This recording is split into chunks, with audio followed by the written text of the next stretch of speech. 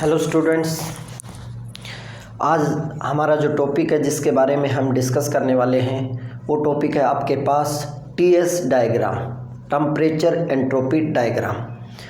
और ये जो आर्टिकल है ये university exam point of view से बहुत ही इम्पोर्टेंट है, तो इस आर्टिकल को आपको ध्यान से देखना है। और ये यूनिवर्सिटी एग्ज़ाम में ये क्वेश्चन आपसे पूछा कैसे जाता है, ये पूछा जाता है आपके पास what is TS diagram, define a TS diagram, draw a TS diagram for a reversible Carnot engine and find the expression for the efficiency of a reversible Carnot cycle using TS diagram। ये university exam का बहुत ही important question है student. तो इसको समझने से पहले मैं आपको ये बताना चाहता हूँ कि हमने जो एफिशिएंसी निकालते हैं, एफिशिएंसी निकालने के लिए हमने इंडिकेटर डायग्राम पीवी डायग्राम भी यूज़ किया था। उसमें भी हमने यही एक्सप्रेशन निकाला था, efficiency of reversible Carnot cycle. और हम TS diagram, entropy temperature diagram भी हम यूज़ कर रहे हैं इसके लिए। तो मैं जस्ट यहाँ पे ये बताना चाहता हूँ कि हमें पीवी डायग्राम और टीएस डायग्राम हम क्यों यूज़ करते हैं किसी भी इंजन की एफिशिएंसी निकालने के लिए। मैकेनिकल का टॉपिक है ये आपके पास, इसको थोड़ा सा समझना है आपको, क्योंकि हमें निकालना है एफिशिएंसी। और एफिशिएंसी का फॉर्मूला आप लोग पढ़ते हो, useful work and input supply, input heat जैसे आप Q1 देते हो तो आपको work done, useful work done पता चल जाए, इनपुट हीट पता चल जाए तो एफिशिएंसी निकल जाएगी आपके पास। अब वर्क डन को हम क्या लिखते हैं इसको ध्यान से देखिएगा। हमने जो पढ़ा है अभी तक, तो वर्क डन होता है फोर्स इनटू डिस्टेंस या डिस्प्लेसमेंट, और ये आपके पास हीट। तो देखिएगा, हम हमारे इंजन की बात करते हैं, हमारी गाड़ी का इंजन है तो उसके अंदर हम क्या डालते हैं, डीजल डालते हैं, पेट्रोल डालते हैं, गैस डालते हैं। तो वहाँ पे फोर्स कितना लग रहा है ये निकालना हमारे लिए थोड़ा सा मुश्किल है। इंजन डिस्टेंस, इंजन की डिस्टेंस, ये कुछ पैरामीटर ऐसे हैं जो हमें डायरेक्ट हम इसको नहीं निकाल पाते हैं। लेकिन अगर हम फोर्स, प्रेशर को लिखेंगे फोर्स अपॉन एरिया, और फोर्स आपके पास यहाँ आएगा प्रेशर इनटू एरिया। तो मैं जब इसको उठा के इस फोर्स की जगह लिखूँगा pressure into area into D, area into D that is a volume, यहाँ पे आपके पास वॉल्यूम आ जाएगा। तो PV/Q1। अब देखिएगा आपके पास, हम किसी भी इंजन के अंदर जो प्रेशर का मेजरमेंट होता है वो बहुत आसानी से कर सकते हैं। प्रेशर गेज को यूज़ करके आसानी से मेज़र कर सकते हैं, वॉल्यूम का पता कर सकते हैं हम। इसलिए हमें एफिशिएंसी निकालने के लिए प्रेशर और वॉल्यूम पीवी डायग्राम पढ़ा था, जो हमारे लिए, क्योंकि जब मैकेनिकल इंजीनियर होते हैं तो उनको किसी भी तरह अपनी मतलब फॉर्मूले को इधर उधर यूज़ करके जो उनके लिए सूटेबल होता है वो फॉर्मूला यूज़ करते हैं। तो हमारे वहाँ पे पीवी डायग्राम इसके लिए सूटेबल था, इसलिए हमने पीवी डायग्राम, इंडिकेटर डायग्राम लिया। इसी तरह जैसे यहाँ पे हम टीएस डायग्राम यूज़ करेंगे एफिशिएंसी को निकालने के लिए। तो आपके पास जैसे एंट्रोपी आपके पास होती है DS = डेल्टा Q/T, ठीक है जी। तो यहाँ पे देखिएगा डेल्टा Q आसानी से मेजर कर सकते हैं, टेम्परेचर आसानी से मेजर कर सकते हैं, वहाँ से आपके पास एंट्रोपी की फॉर्म में हम निकालेंगे तो वो फॉर्मूला हमारे लिए थोड़ा सा ईजी हो जाता है। यही रीज़न रहा है कि हम इंजन की एफिशिएंसी निकालने के लिए पीवी डायग्राम को पढ़ा हमने, और उससे भी सिंपलर फॉर्म हमें देता है TS diagram, temperature entropy diagram. आइए इसे हम देखते हैं। सबसे पहले पेपर में आपसे पूछा जाता है टीएस डायग्राम क्या होता है। तो टीएस डायग्राम को समझने से पहले मैं आपको ये कहूँगा कि आप पीवी डायग्राम की बात कीजिएगा। पीवी डायग्राम में जब आपके पास सिस्टम अपनी स्टेट को चेंज करता था, एक स्टेट से दूसरी स्टेट के अंदर जाता था, तो उसके जो पैरामीटर चेंज होने वाला प्रेशर था और आपके पास वॉल्यूम था। इसका मतलब a system which is changing its states is represented by the two parameter, pressure along y axis and volume along x axis. These are known as coordinate of thermodynamic और parameter. इसी तरह हम कहते हैं when A system changes it's state represented by two another parameter that. फिर देखिएगा, अब हम कहेंगे, मैं जस्ट ये बोलना चाह रहा हूँ, जब भी किसी सिस्टम के अंदर स्टेट चेंज होती है, स्टेट चेंज होने का मतलब उसके कोऑर्डिनेट भी चेंज होंगे, उसके पैरामीटर भी चेंज होंगे। और थर्मोडायनामिक में हमारे पास पैरामीटर यही हैं, प्रेशर है, टेम्परेचर है, वॉल्यूम है, एंट्रोपी है, एनर्जी है, ये आपके पास पैरामीटर हैं। तो हमने कहा जब सिस्टम एक स्टेट से दूसरी स्टेट में जाता है तो उसका जो चेंज को रिप्रेजेंट करने के लिए जब आप टेम्परेचर और एंट्रोपी एज ए पैरामीटर आप यूज़ करते हो, एज ए कोऑर्डिनेट आप यूज़ करते हो, तो ऐसे डायग्राम को हम बोलते हैं टीएस डायग्राम। तो सबसे पहले पेपर में पूछा जाएगा व्हाट इज टीएस डायग्राम, तो आप कहोगे a diagram in which state of system undergoing a change is represented by temperature and entropy along y-axis and x-axis. Such a diagram is known as TS diagram. ध्यान रखिएगा, सीधी सी बात है, हमने यही कहा है। यहाँ पे इस साइड हमने वाई एक्सिस में टेम्परेचर ले लिया है, एक्स एक्सिस में हमने एंट्रोपी आपके पास ली है। तो हमने कहा a diagram in which state of system undergoing a change is represented by two parameter, that is absolute temperature along y-axis and entropy along x-axis. Such a diagram is known as TS diagram. अब TS diagram को draw करना है आपके पास।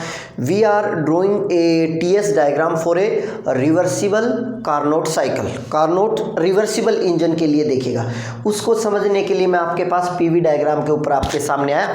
PV diagram, इस PV diagram के equivalent में TS diagram बनाऊंगा। तो आपने देखा था जब आपके पास कार्नोट साइकिल आपने ड्रॉ किया था, इससे एफिशिएंसी आपने निकाली थी 1 - T2/T1। वही आपके पास देखिएगा, ये आपके पास एक कार्नोट रिवर्सिबल इंजन या कार्नोट साइकिल है आपके पास। इसके अंदर हमने पढ़ा था जब कार्नोट साइकिल की बात करते हैं तो इसमें दो आइसोथर्म होते हैं, दो एडियाबेटिक्स होती हैं। तो AB और DC ये आइसोथर्म है आपके पास, इसका टेम्परेचर T1 मेंटेन रहेगा, इसका टेम्परेचर T2 रहेगा। BC और AD आपके पास क्या रहेंगी, एडियाबेटिक रहेंगी। और जिसके अलोंग, एडियाबेटिक के अलोंग एंट्रोपी चेंज नहीं होती है, एंट्रोपी कांस्टेंट रहती है, इसलिए हम बोलते हैं BC and AD these curves, these line are isoentropic, entropy remain constant। और कैसे, मैं थोड़ा सा आपको याद दिला देता हूँ। ये आपके पास एडियाबेटिक और ये एडियाबेटिक एक्सपेंशन है, ये आपके पास कंप्रेशन है। तो एडियाबेटिक का मतलब है ना तो हीट सिस्टम के अंदर जाएगी, ना सिस्टम से हीट ली जाएगी। तो delta Q, change in heat कितना होगा, 0। और एंट्रोपी आपके पास होती है DS = डेल्टा Q/T। ये किसके बराबर आ गया, 0। DS 0 का मतलब S is a constant quantity. इसका मतलब इसके अलोंग BC एडियाबेटिक एक्सपेंशन और AD एडियाबेटिक कंप्रेशन के अलोंग एंट्रोपी चेंज नहीं होगी। अभी तो हमारे इंटरेस्ट के लिए दो चीज़ें बच गई हैं। आपके पास adiabatic AB having isotherm AB having a constant temperature T1 and आपके पास CD having temperature T2। AB is isothermal expansion and CD is isothermal compression। अब आइएगा हम इसके बारे में बात करते हैं कि how we will draw a TS diagram corresponding to a PV diagram। देखिएगा, यहाँ पे जो AB isothermal expansion था वो हमने यहाँ पे दिखा दिया आपके पास AB एक लाइन, और जिसका टेम्परेचर क्या है, T1। यहाँ भी इसका टेम्परेचर T1 था। आपके पास CD कंप्रेशन लाइन को हमने दिखा दिया CD, और उसका कांस्टेंट टेम्परेचर क्या रहेगा, T2 रहेगा। BC जो एडियाबेटिक आपके पास एक्सपेंशन था वो हमने BC से दिखा दिया, एडियाबेटिक बोल दिया हमने। और DA जो एडियाबेटिक कंप्रेशन है उसको हमने यहाँ पे दिखा दिया है DA आपके पास। तो देखिएगा, यहाँ पे ये आपके पास इस तरह का एक साइकिल बन रहा था। यहाँ पे ये आपके पास एक रेक्टेंगल, यहाँ तो हो सकता है कि ये आपको स्क्वायर टाइप का बना हो, ये आपके पास एक रेक्टेंगल टाइप का बन गया है। और जब हमने इसको यूज़ करके एफिशिएंसी निकाली थी तो area under this curve, PV diagram के अंडर जो एरिया होता है वो आपके पास यूजफुल वर्क देता है। और यहाँ जो एरिया ऑफ रेक्टेंगल रेक्टेंगल बनेगा, वो आपको यूजफुल वर्क देगा। चलो हम देखते हैं। तो ये आपको ड्रॉ करना बहुत अच्छे से आना चाहिए। We have considered 2 isotherm AB and CD at temperature T1 and T2 and 2 adiabatic BC and DA। Now देखिएगा, ये आपके पास एंट्रोपी है, यहाँ पे आपके पास एंट्रोपी को इस लाइन पे आपके पास कांस्टेंट रहेगी। यहाँ पे हमने कहा एंट्रोपी S1 है, यहाँ पे आपके पास एंट्रोपी S2 है आपके पास। तो ये चीज़ आपको बहुत अच्छे से समझ में आ जानी चाहिए। अब देखिएगा जी, अब हम इसकी बात करते हैं इसकी एफिशिएंसी निकालने के लिए। ये इसी को समझाते हुए मैं इसके कोरस्पॉन्डिंग आपको समझते जाना है। ये आइसोथर्मल है, आपके पास आइसोथर्म है जिसका टेम्परेचर T1 आपने मेंटेन कर रखा है। जब isothermal expansion AB is the isothermal expansion, जब आपके पास स्टेट ऑफ सिस्टम, जब आपके पास अगर कोई गैस है उसका एक्सपेंशन हो रहा है, एक्सपेंशन हो गया तो उसका वॉल्यूम इंक्रीज होएगा। यहाँ वॉल्यूम इंक्रीज हो रहा है या एंट्रोपी इंक्रीज होगी आपके पास। तो यहाँ पे देखिएगा, वॉल्यूम इंक्रीज होने से रैंडमनेस इंक्रीज होगी। रैंडमनेस का मतलब एंट्रोपी बढ़ रही है आपके पास। तो उसका वहाँ वॉल्यूम V1 से V2 हो रहा था, यहाँ पे एंट्रोपी S1 से S2 हो रही थी। अब देखिएगा जी, जब आपके पास एक्सपेंशन होता है तो वहाँ पे, क्योंकि आपने अगर आपके पास एक सिलेंडर है, उसके पिस्टन को आपका वेट आपने उससे हटाया तो गैस एक्सपेंड होती है। गैस एक्सपेंड होती है तो वहाँ पे उसका कूलिंग होता है। कूलिंग होएगी तो हमने कहा यहाँ पे जब ये एक्सपेंशन होए तो कूलिंग हो रही है, लेकिन कूलिंग होने से टेम्परेचर डिक्रीज होगा। उस टेम्परेचर को मेंटेन करने के लिए ये एक अमाउंट ऑफ हीट सराउंडिंग से अब्जॉर्ब करेगा। इसका मतलब सोर्स से अब्जॉर्ब करेगा, और वो अमाउंट ऑफ हीट हमने क्या कहा, Q1 आपके पास। इसका मतलब जब आपके पास AB आइसोथर्मल एक्सपेंशन होता है, then a amount of heat Q1 is absorb from the source at a temperature T1। हो गया आपके पास Q1। अब देखिएगा, वही हमने लिखा है, the amount of heat Q1 is absorbed from source in isothermal expansion AB at temperature T1 in TS diagram is given bye. देखिएगा जी, Q1 आपके पास है, ये देखिएगा आपके पास Q1 हीट इस लाइन के अलोंग अब्जॉर्ब करा, तो इस लाइन के अलोंग जो हीट अब्जॉर्ब की जाती है वो एरिया अंडर दिस कर्व होता है। एरिया अंडर दिस कर्व आपके पास, तो हमने इस कर्व के अंडर एरिया होगा, वो अमाउंट ऑफ हीट अब्जॉर्ब के बराबर होता है। हमने कहा ना, पीवी डायग्राम के अंदर जो एरिया, कर्व के अंदर जो एरिया होता है वो हमेशा वर्क डन या हीट देता है आपके पास। Similarly we are saying here that कि amount of heat Q1 absorb is given by the area under the curve AB। इसके अंदर एरिया देखोगे तो एरिया ऑफ आपके पास AB S2 S1, तो ये आपके पास एक रेक्टेंगल बन गया। इसका एरिया क्या होएगा आपके पास, S2 minus S1 this side and this temperature is T1।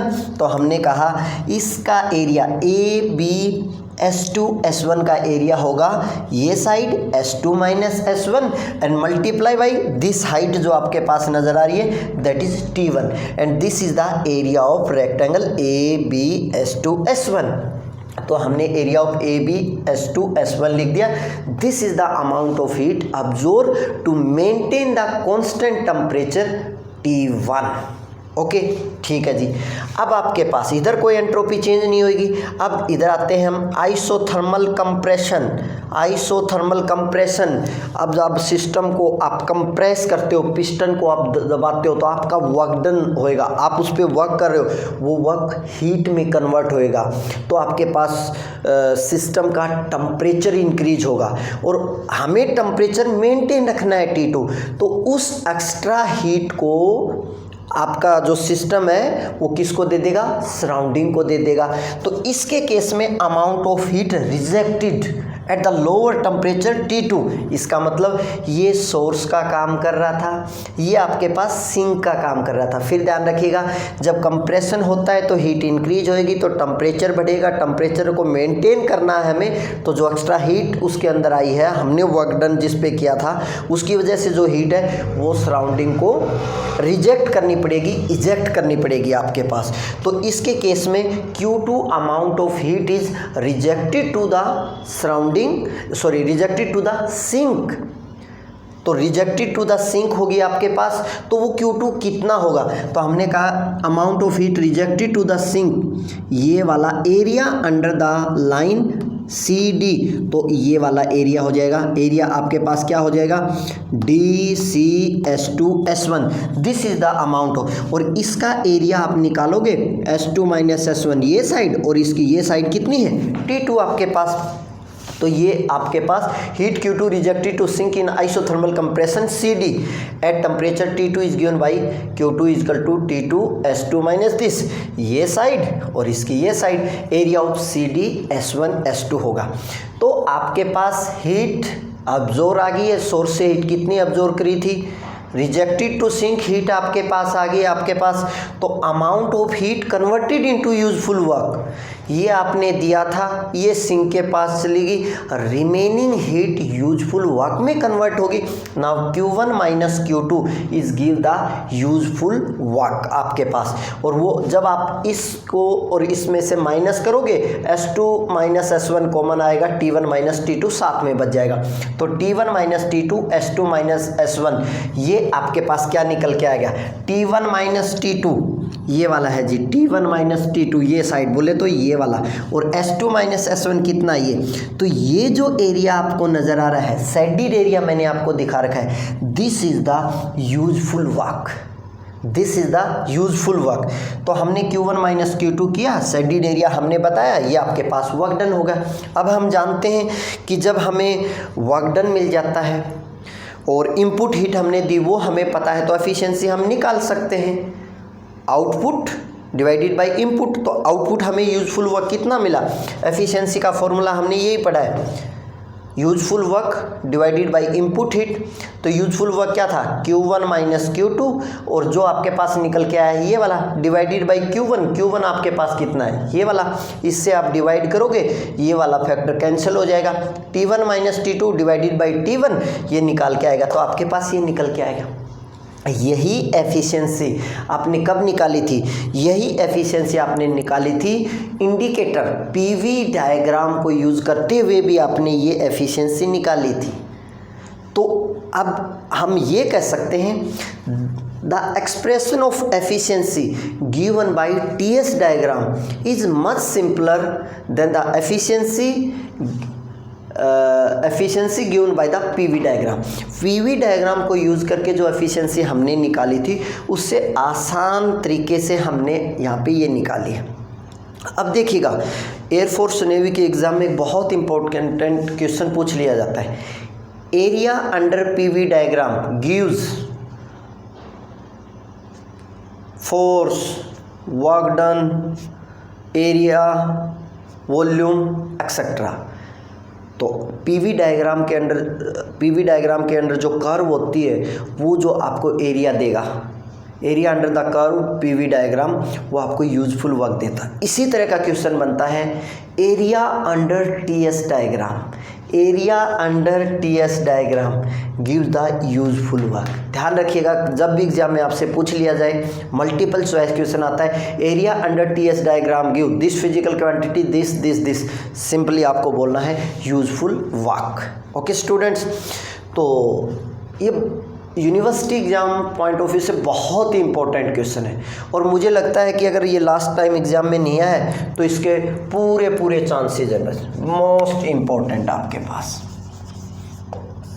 और फिर मैं आपको बता रहा हूँ एग्ज़ाम में ये इसी तरह पूछा जाता है कि TS डायग्राम क्या होता है, रिवर्सिबल कार्नोट साइकिल के लिए उसको ड्रॉ कीजिएगा, और उसी TS डायग्राम को यूज़ करते हुए कार्नोट रिवर्सिबल साइकिल की एफिशिएंसी निकालिएगा, और वो एफिशिएंसी आपके पास निकल के आई। इसका मतलब एफिशिएंसी वर्किंग सब्सटेंस के नेचर पे डिपेंड नहीं करती, सोर्स और सिंक के टेम्परेचर पे डिपेंड करती है। हम वही बात बोलना चाह रहे हैं कि आप वर्किंग सब्सटेंस में फ्यूल क्या यूज़ कर रहे हो डजेंट मैटर, उनकी एफिशिएंसी सोर्स और सिंक के टेम्परेचर पे ही डिपेंड करती है।